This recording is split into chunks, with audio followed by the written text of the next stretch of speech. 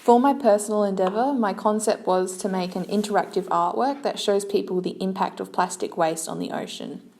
My premise is, even though that I'm using this plastic waste for a good purpose, educating people on the disposable plastic, in the end, my artwork is just another contributing factor to everyday plastic waste. My target audience is everyone who condones plastic waste, as they're the ones who need to see this message, and those who are independent consumers who should be making smarter decisions in this field. My target audience is everyone who condones plastic waste, as they are the ones that need to see this message the most.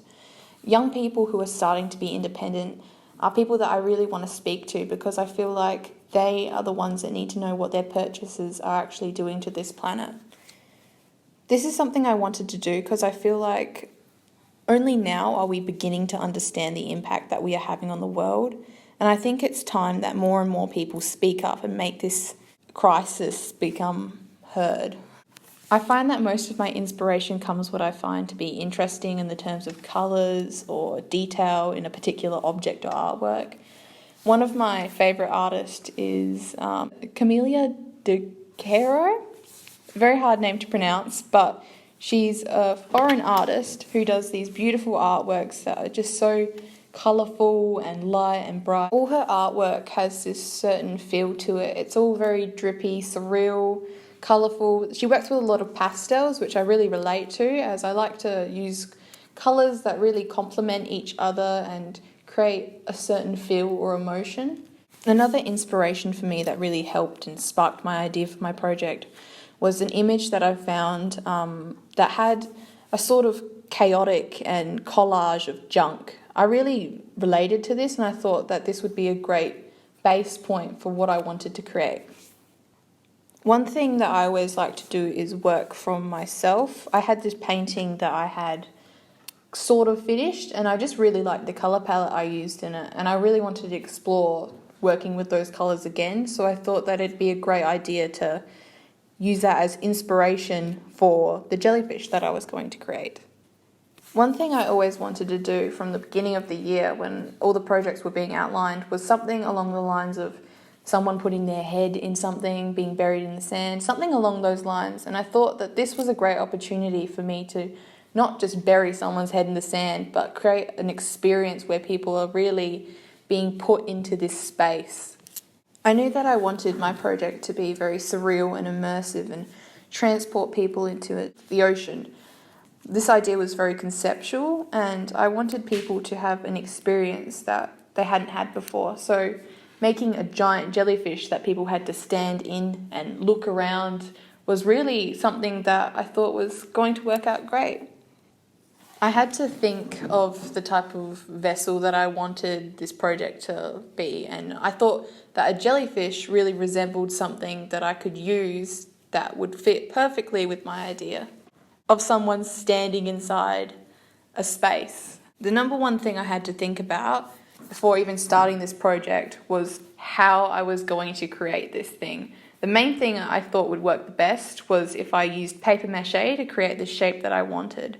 This was a really essential technique that I had to learn, and I ended up finding many different tutorials on YouTube for this. But I ended up kind of creating my own style and technique when doing it, whilst taking little bits of pieces of information from other works I found. So the technique that I used is, for every cup of flour, I had to add the same amount in water. But to make the recipe just a little bit more my style, I decided that I'd add 2 to 3 teaspoons of clear paste, just to make the texture of the mix a little bit stickier and just have a little bit more body to it.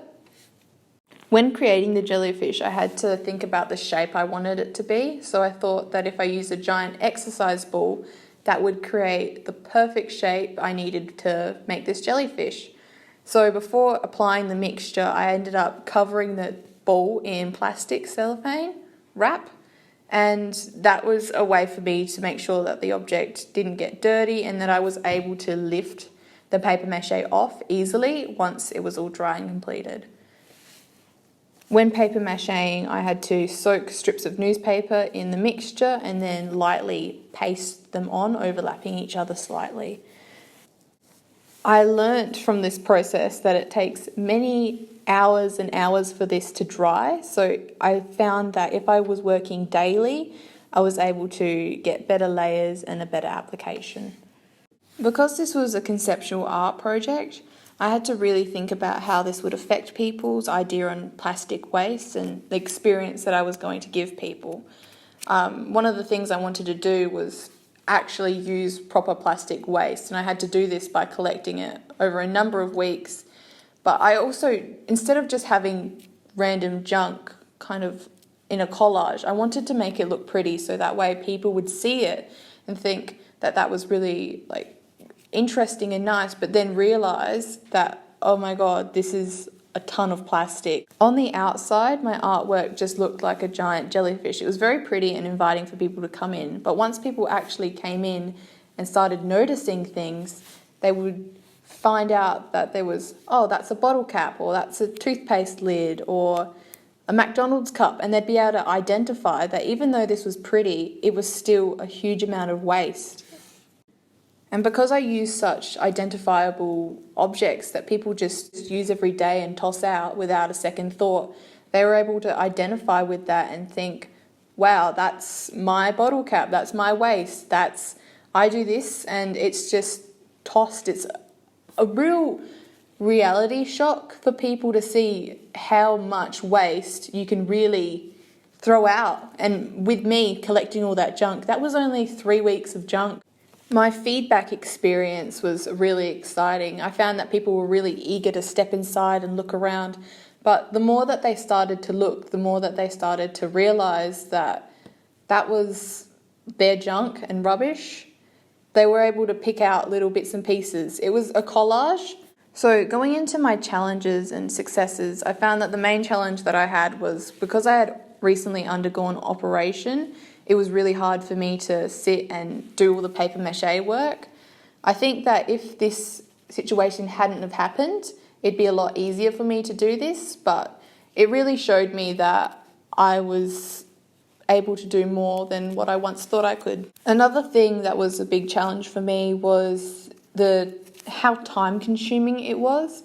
I had this great idea and I really just wanted to go all hands in, and I had to really be patient with myself and make sure things were the best they could without rushing through it all.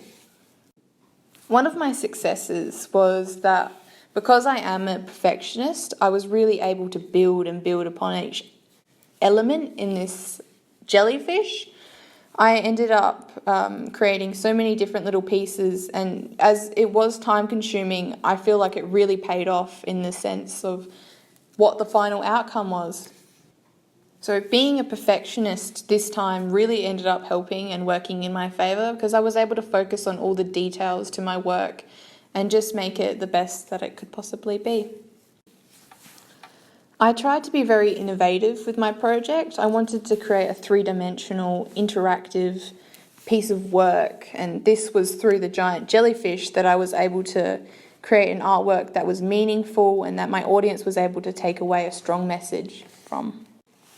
This really came to life when I wanted to totally isolate my viewers and give them their own single viewing space to look under the giant jellyfish and to kind of get a personal experience from the artwork itself. Diving into my personal and social capability, I found that in the future I would really like to continue this style of artwork and start to independently sell some of my pieces. I'd also love to enter my art in the Royal Adelaide show, as I've been wanting to do it for years, but I never actually gotten the chance, and I feel like now I'm at the standard that I would like to be to compete.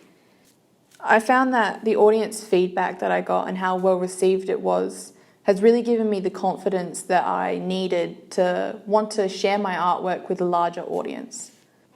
When creating this artwork, I really had to think about putting myself in my audience's shoes.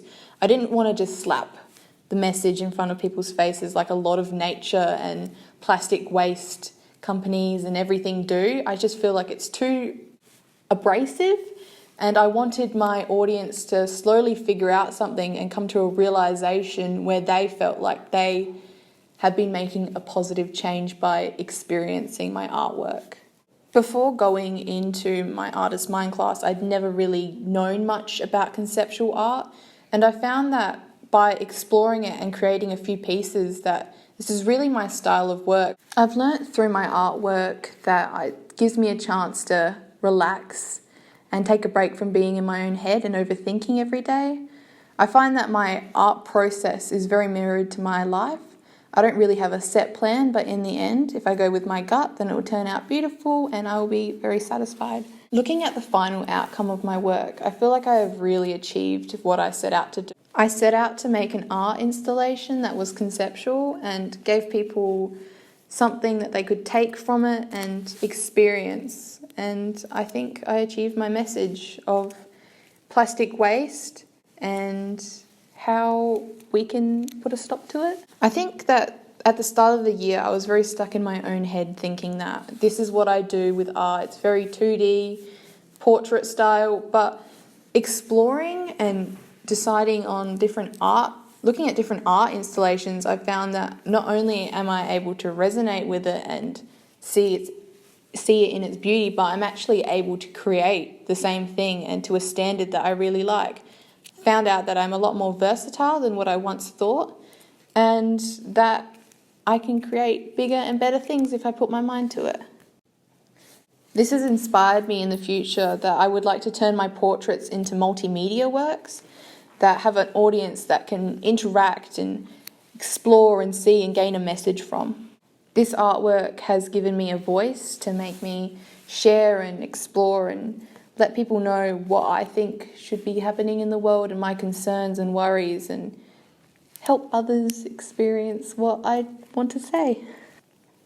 Due to my injury, this project has actually taught me that even though I'm not 100%, I can still make something that is challenging and achievable.